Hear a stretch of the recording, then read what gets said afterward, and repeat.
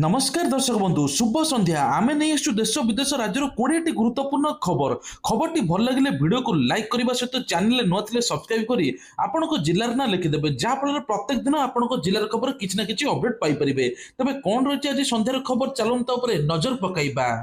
प्रथम खबर पुरी रे प्रस्तावित विमान बंदर प्रकल्प को साकार करने राज्य परिवहन विभाग उद्यम तेजी ए प्रकल्प जगह चिन्हट हो सारी ଯେଭଳି ସଂରକ୍ଷିତ ରହିବ ସେଥିପାଇଁ ଉଦ୍ୟମ ମଧ୍ୟ ଆରମ୍ଭ ହୋଇଛି। ବିମାନ ବନ୍ଦର ପ୍ରକଳ୍ପର ଚାରିପାଖ ଅଞ୍ଚଳରେ ଯେଭଳି ମନମୁଖୀ ଭାବେ କୋଠା ବାଡି ଉଚ୍ଚ ଅଟ୍ଟାଳିକା ନିର୍ମାଣ ନ ହେବ ସେଥିପାଇଁ ସ୍ୱତନ୍ତ୍ର ସଂସ୍ଥା ଦ୍ୱାରା ସର୍ଭେ କରାଯିବ। ରାଜ୍ୟ ପରିବହନ ବିଭାଗ ନେଇ ଏନେଇ ଟେଣ୍ଡର ଆହ୍ୱାନ କରିଛି। ଏହି ସ୍ଥାନଟି ବିମାନ ବନ୍ଦର ପାଇଁ ଚିହ୍ନିତ ହୋଇସାରିଛି, ତେଣୁ ପୁରୀରେ ଖୁବ୍ ଜଲଦି ବିମାନ ବନ୍ଦର କାମ ମଧ୍ୟ ଆରମ୍ଭ ହୋଇଯିବ। ବିମାନ ବନ୍ଦର ପ୍ରାଧିକରଣ ଏଆଇ ଅଧୀନରେ ଆବେଦନ କରିବେ। ଏଆଇ ଠାରୁ ଏବେ ଏନଓସି ନେବାକୁ ହେବ। ତା ସହିତ ଆବେଦନକାରୀ ଯେଉଁ ପ୍ଲଟ ପାଇଁ ଆବେଦନ କରିବେ ସେହି ପ୍ଲଟକୁ ନେଇକି ସର୍ଭେ କରାଯିବ। ଏହି ପ୍ଲଟଟି ସମୁଦ୍ର ପତନ ଠାରୁ କେତେ ଉଚ୍ଚତାରେ ରହିଛି, ବିମାନ ବନ୍ଦର ଠାରୁ କେତେ ଦୂରତା, ଏହା ପ୍ରଭାବ କଣ ରହିବ, ସବୁ ଦିଗକୁ ନେଇ ସର୍ଭେ କରାଯିବ ବୋଲି ଏନଓସି ମିଳିବ। ତା ସହିତ ମଧ୍ୟ ଏହି ସର୍ଭେ କାର୍ଯ୍ୟ ପାଇଁ ପରିବହନ ବିଭାଗ ଏଜେନ୍ସିକୁ ନିଯୁକ୍ତି କରିବ। ଏଥିପାଇଁ ପରିବହନ ବିଭାଗ ପକ୍ଷରୁ ଟେଣ୍ଡର ଆହ୍ୱାନ କରାଯାଇଛି। 28 ତାରିଖ ସୁଦ୍ଧା ଆବେଦନ ଗ୍ରହଣ କରାଯିବ।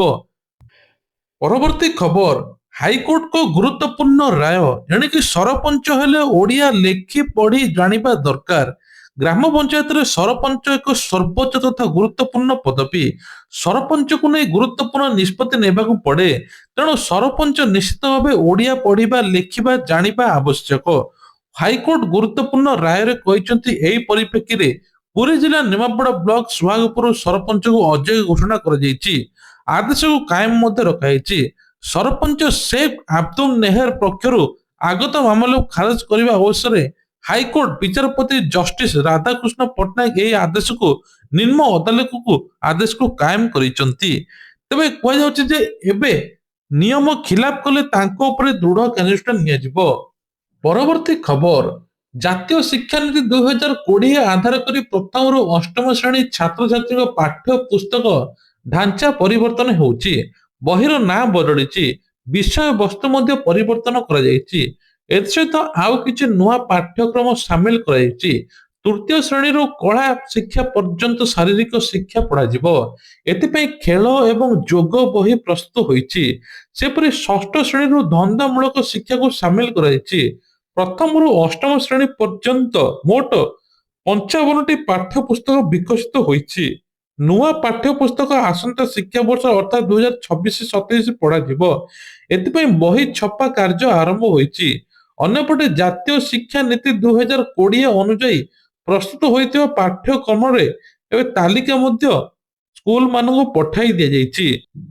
ପରବର୍ତ୍ତୀ ଖବର ପଞ୍ଚାୟତରାଜ ପାନୀୟ ଜଳ ବିଭାଗ ଅଧୀନସ୍ଥ ଓରମାସ ପକ୍ଷରୁ ଇଡ୍କୋ ପ୍ରଦର୍ଶନୀ ପଡ଼ିଆରେ ଆରମ୍ଭ ହୋଇଛି ମେଗା ଶିଶିର ସରସ। ଶନିବାର ସନ୍ଧ୍ୟାରେ ମାନ୍ୟବର ମତ୍ସ୍ୟ ପ୍ରାଣୀ ସମ୍ପଦ ତଥା ଅଣୁ କ୍ଷୁଦ୍ର ମଧ୍ୟମ ଉଦ୍ୟୋଗ ମନ୍ତ୍ରୀ ଗୋକୁଳାନନ୍ଦ ମଲ୍ଲିକ ହାତରେ ଏହି ମେଳାର ଭବ୍ୟ ଉଦ୍ଘାଟନ ହୋଇଛି। ମେଳାରେ ଦେଶର ବିଭିନ୍ନ କାରିଗର ସ୍ୱୟଂସହାୟକ ଗୋଷ୍ଠୀ ଉତ୍ପାଦକ ମାନେ ନିଜର ଉତ୍ପାଦ ପ୍ରଦର୍ଶନ ବିକ୍ରୟ କରୁଛନ୍ତି। ଶିଶିର ସରସ ମେଳା ସ୍ୱାବଲମ୍ବନ ଆତ୍ମନିର୍ଭରଶୀଳତା ହୋଇଛି। ବିକଶିତ ଓଡ଼ିଶା ବିକଶିତ ଭାରତ ଆତ୍ମନିର୍ଭର ଭାରତ ଦିଗରେ ଏକ ଗ୍ରାମୀଣ ଆତ୍ମଶକ୍ତିର ପ୍ରାଣବନ୍ତ ପ୍ରତିଛବି ପାଲଟିଛି। ଏହି ମେଳା ମାଧ୍ୟମରେ ଗ୍ରାମାଞ୍ଚଳର କାରିଗର ସ୍ୱୟଂସହାୟକ ମହିଳା ଗୋଷ୍ଠୀମାନେ ନିଜ ପରିଶ୍ରମର ଯଥୋଚିତ ମୂଲ୍ୟ ପାଇ ଆର୍ଥିକ ଭାବେ ସଶକ୍ତ ହେଉଛନ୍ତି। ପରବର୍ତ୍ତୀ ଖବର ରାଜ୍ୟରେ ହାଡ଼ଭଙ୍ଗା ଶୀତରେ ଲାଗିଲା ବ୍ରେକ୍, କମିଲା ଥଣ୍ଡା, ବଢିଲା ପାରଦ। ମେଘାଚ୍ଛନ୍ନ ଆକାଶ ପ୍ରଭାବରେ ବଢିଲା ରାତି ତାପମାତ୍ରା।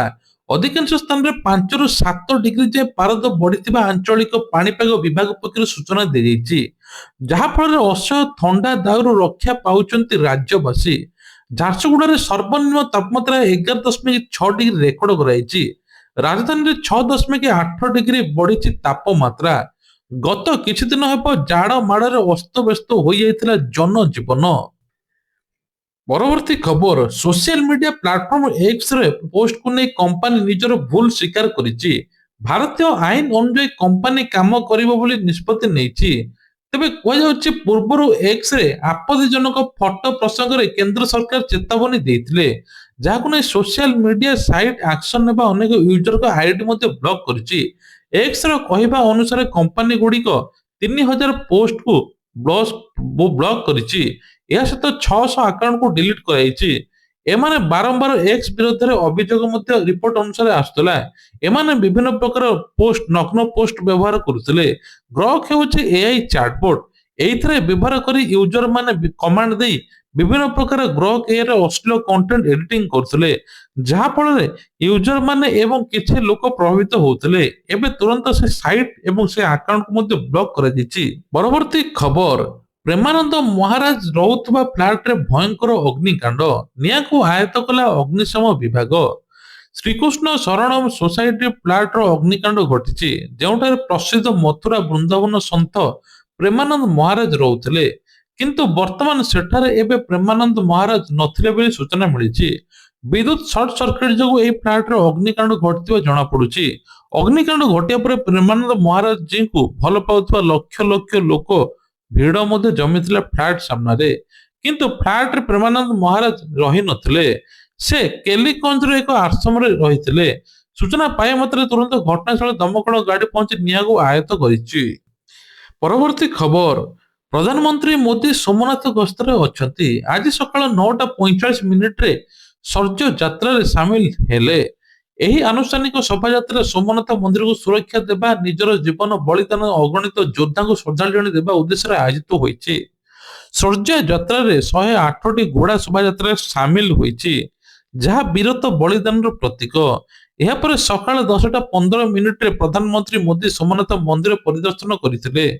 ଏଥିସହିତ ମଧ୍ୟ ସୋମନାଥରେ ଆୟୋଜିତ ହୋଇଥିବା ଏକ ସାର୍ବଜନୀନ କାର୍ଯ୍ୟରେ ମଧ୍ୟ ଯୋଗ ଦେଇଥିଲେ। ଏହା ବ୍ୟତୀତ ପ୍ରଧାନମନ୍ତ୍ରୀ ମୋଦି ରାଜକୋଟ ଗସ୍ତ ମଧ୍ୟ କରିଛନ୍ତି। ପରବର୍ତ୍ତୀ ଖବର, ଗତ ବର୍ଷ ଖର୍ଚ୍ଚ ବି ଉଠିନଥିଲା, କିନ୍ତୁ ଏବେ ମନ ଖୁସି। 8 ଲକ୍ଷ ଟଙ୍କାର ଜିନିଷ ଆଣିଥିଲି, ଶୀତ ସିଜନରେ ସବୁ ସରିଗଲା। 1300 ଖଣ୍ଡ ସ୍ୱେଟର ଜ୍ୟାକେଟ ସବୁ କିଛି ବିକ୍ରି ହୋଇଗଲା। ସେଥିପାଇଁ ଭଗବାନଙ୍କୁ ଧନ୍ୟବାଦ ଦେଇଛନ୍ତି କିଛି ଲୋକେ। ତେବେ କୁହାଯାଉଛି ଯେ ଏବେ ପ୍ରବଳ ଶୀତ ଯୋଗୁଁ ଶୀତ ବସ୍ତ୍ର ମଧ୍ୟ ଧୂଆଁଧାର ବିକ୍ରି ଚାଲିଛି। ଜାଡ଼ରେ ଶୀତ ବସ୍ତ୍ର ବ୍ୟବସାୟ ହେଉଛନ୍ତି ମାଲାମାଲ। ଗତ ବର୍ଷ କ୍ଷତିରେ ଯାଇଥିଲା, ଏ ବର୍ଷ ସବୁ କିଛି ସରିଗଲା। 2 ଦିନ ହବ ଆଶ୍ଚର୍ଯ୍ୟଜନକ ଶୀତ ଫଳରେ ଲୋକମାନେ ଶୀତ ବସ୍ତ୍ର ଧୂଆଁଧାର କିଣିଛନ୍ତି, ଯାହାଫଳରେ ଶୀତ ସମ୍ଭାଳୁ ନଥିବା ବିଭିନ୍ନ ପ୍ରକାର ଜ୍ୟାକେଟ ଏବଂ ବସ୍ତ୍ରକୁ ଫୋପାଡ଼ି ନୂତନ ଜ୍ୟାକେଟ ଏବଂ ଶୀତ ବସ୍ତ୍ର କିଣିଛନ୍ତି। ପରବର୍ତ୍ତୀ ଖବର, ଲିଭ୍-ଇନ୍ ପାର୍ଟନର ପେନସନକୁ ପାଇବା ପାଇଁ ହକଦାର। ସରକାରୀ କର୍ମଚାରୀ ଅବସର ପରେ ସେମାନଙ୍କର ଲିଭ୍-ଇନ୍ ପାର୍ଟନର ମାନଙ୍କୁ ପେନସନ ଲାଭ ପ୍ରଦାନ କରିପାରିବେ। ଦିଲ୍ଲୀ ହାଇକୋର୍ଟଙ୍କ ନିର୍ଦ୍ଦେଶ ପରେ ଏହି ପ୍ରସଙ୍ଗ ଏବେ ଆଲୋଚନା ଆରମ୍ଭ ହୋଇଛି। ଜଣେ ବ୍ୟକ୍ତି ଦିଲ୍ଲୀ ହାଇକୋର୍ଟରେ ଆବେଦନ ଦାଖଲ କରିଛନ୍ତି। କୋର୍ଟ କୁହାଯାଇଛି ଯେ ତାଙ୍କ ସ୍ତ୍ରୀ ତାଙ୍କୁ ଛାଡ଼ପତ୍ର ଦେଇନଥିବା ଚାଲି ଯାଇଥିବା ପରେ 1983 ମସିହାରେ ଅନ୍ୟ ମହିଳାଙ୍କ ସହ ଲିଭ୍-ଇନରେ ରହିବା ଆରମ୍ଭ କରିଥିଲେ। ସେମାନଙ୍କ ସମ୍ପର୍କରେ 2ଟି ସନ୍ତାନ ମଧ୍ୟ ଅଛନ୍ତି। 1990 ମସିହାରେ ଜଣେ ମହିଳାଙ୍କ ରହି ପତ୍ନୀ ଏବଂ ଝିଅକୁ ଅବହେଳା କରିବାର ଅଭିଯୋଗ ଅଣାଯାଇଥିଲା। ଏହି ବିଭାଗୀୟ କାର୍ଯ୍ୟାନୁଷ୍ଠାନ ଗ୍ରହଣ କରାଯାଇଥିଲା। ସମ୍ପୃକ୍ତ ବ୍ୟକ୍ତି 4 ବର୍ଷ ପାଇଁ 4 ପର୍ଯ୍ୟାୟ ଦରମା ହ୍ରାସ ଦଣ୍ଡାଦେଶ କରାଯାଇଥିଲା। କିନ୍ତୁ ଏବେ କୁହାଯାଇଛି ଯେ ଏବେ ଲିଭ୍-ଇନ୍ ପାର୍ଟନର ପେନସନ ପାଇବା ପାଇଁ ହକଦାର ବୋଲି କୋର୍ଟ ମଧ୍ୟ ଶୁଣାଇ ଦେଇଛି। ପରବର୍ତ୍ତୀ ଖବର, ଚାଷୀଙ୍କ ପାଇଁ ଖୁସି ଖବର। ଯେଉଁ ସମୟକୁ ଅପେକ୍ଷା କରିଥିଲେ ସେହି ସମୟ ଏବେ ସମସ୍ତଙ୍କ ସାମ୍ନାରେ। ଏଣିକି ଆଉ ଅପେକ୍ଷା କରିବାକୁ ପଡିବନି, କାରଣ ଏହି ଦିନ ଚାଷୀଙ୍କ ଖାତାକୁ ଆସିବ ଟଙ୍କା। ପିଏମ୍ କିଷାନ ଟଙ୍କା, ପ୍ରଧାନମନ୍ତ୍ରୀ କିଷାନ ସମ୍ମାନ ନିଧି ଯୋଜନାରେ ଏବେ 22ତମ କିସ୍ତି ସମସ୍ତଙ୍କ ନଜର ରହିଛି। ଦେଶରେ କୋଟି କୋଟି ଚାଷୀ ଅପେକ୍ଷା କରିଛନ୍ତି କେବେ ମିଳିବ 22ତମ କିସ୍ତି। କିଛି ଲୋକଙ୍କୁ ତ 21ତମ କିସ୍ତି ମିଳିନି, ଯାହାଫଳରେ ସେମାନେ ଇ-କେୱାଇସି କରିନଥିଲେ। ସରକାର କହିଛନ୍ତି ତୁରନ୍ତ ଇ-କେୱାଇସି କରିଦିଅନ୍ତୁ। 21, 22 ଦୁଇଟି କିସ୍ତି 4000 ଟଙ୍କା ମିଳିବ। ସେପଟେ ସରକାର ନିୟମ ଅନୁଯାୟୀ ବର୍ଷକୁ 3 ଥର ଏପ୍ରିଲ, ଜୁଲାଇ, ଅଗଷ୍ଟ, ନଭେମ୍ବର ବା ଡିସେମ୍ବର ମଧ୍ୟରେ ଟଙ୍କା ମିଳେ। ଯେହେତୁ ପୂର୍ବ ବର୍ଷ ନଭେମ୍ବର 2025ରେ ମିଳିଥିଲା, ଏବେ ପରବର୍ତ୍ତୀ କିସ୍ତି ମଧ୍ୟ ମିଳିଯିବ ଫେବୃଆରୀ ବା ମାର୍ଚ୍ଚ ଭିତରେ ବୋଲି ସୂଚନା ମିଳୁଛି। ପରବର୍ତ୍ତୀ ଖବର, କନ୍ୟା ବିବାହ ଯୋଜନା। ଝିଅ ପାଇଁ ଚିନ୍ତା କରିବେ ଏବେ ସରକାର, ଆଉ ବାପା ମାଙ୍କୁ ଚିନ୍ତା କରିବା ପାଇଁ ପଡିବ ନାହିଁ। ମହିଳା ଶିଶୁ ବିକାଶ ବିଭାଗ ଆନୁକୂଲ୍ୟରେ ଉପମୁଖ୍ୟମନ୍ତ୍ରୀ ପ୍ରଭାତୀ ପରିଡା ଉପସ୍ଥିତିରେ ବିଭାଗୀୟ ସମ୍ମିଳନୀ ବହୁ ପ୍ରତୀକ୍ଷିତ ମୁଖ୍ୟମନ୍ତ୍ରୀ କନ୍ୟା ବିବାହ ଯୋଜନା ଅନ୍ତର୍ଗତ ଉପହାର ସାମଗ୍ରୀ ଯୋଗାଇ ଦେବା ପାଇଁ ଆଜି ବଡ ଘୋଷଣା ହୋଇଛି। ଶିଶୁ ବିଭାଗ, ହସ୍ତତନ୍ତ, ବୟନ ଶିଳ୍ପ ଦ୍ୱାରା ଏବେ ଉତ୍କଳିକା ଏବଂ ରାଜ୍ୟ ରାଜ୍ୟ ସମବାୟ ହସ୍ତଶିଳ୍ପ ନିଗମର ଏକ ବୁଝାମଣା ସ୍ୱାକ୍ଷରିତ ହୋଇଛି। ଏହା ଦ୍ୱାରା କନ୍ୟା ମାନଙ୍କୁ ଉପହାର ସାମଗ୍ରୀ ମିଳିବ, ଯେମିତି ଶାଢୀ, ଚୁଡ଼ି, ପାଉଁଜି, ଝୁଣ୍ଟିଆ, ଅଳତା ଆଦି ସବୁ କିଛି ମାଗଣାରେ ମିଳିବ। ତା ସହିତ 35,000 ଟଙ୍କା କନ୍ୟା ମାନଙ୍କୁ ସିଧାସଳଖ ଡିବିଟି ଆକାଉଣ୍ଟ ମାଧ୍ୟମରେ ଯିବ ବୋଲି ଉପମୁଖ୍ୟମନ୍ତ୍ରୀ ପ୍ରଭାତୀ ପରିଡ଼ା ମଧ୍ୟ ସୂଚନା ଦେଇଛନ୍ତି। ପରବର୍ତ୍ତୀ ଖବର ହଉଛି 70 ରେ ବଢିବ ଡିଏ। ତେବେ କେନ୍ଦ୍ରୀୟ କର୍ମଚାରୀ ପେନସନ ଭୋଗୀମାନେ ଜାନୁଆରୀ 26 ତାରିଖରେ ମହଙ୍ଗା ବୃଦ୍ଧି ହେଇପାରେ। ସପ୍ତମ ବେତନ କମିଶନ ଆଧାରରେ ପାଖାପାଖି 58% ମଧ୍ୟ ବୃଦ୍ଧି ପାଇବ ବୋଲି କୁହାଯାଉଛି। ଅଷ୍ଟମ ବେତନ କମିଶନ ବିଷୟରେ ଆଲୋଚନା ମାଧ୍ୟମରେ 2026 ଆରମ୍ଭ ହୋଇଛି। ଜାନୁଆରୀ ମାସ ଚାଲିଛି, ତଥାପି ଅଷ୍ଟମ ବେତନ କମିଶନ ଲାଗୁ କରାଯାଇ ନାହିଁ।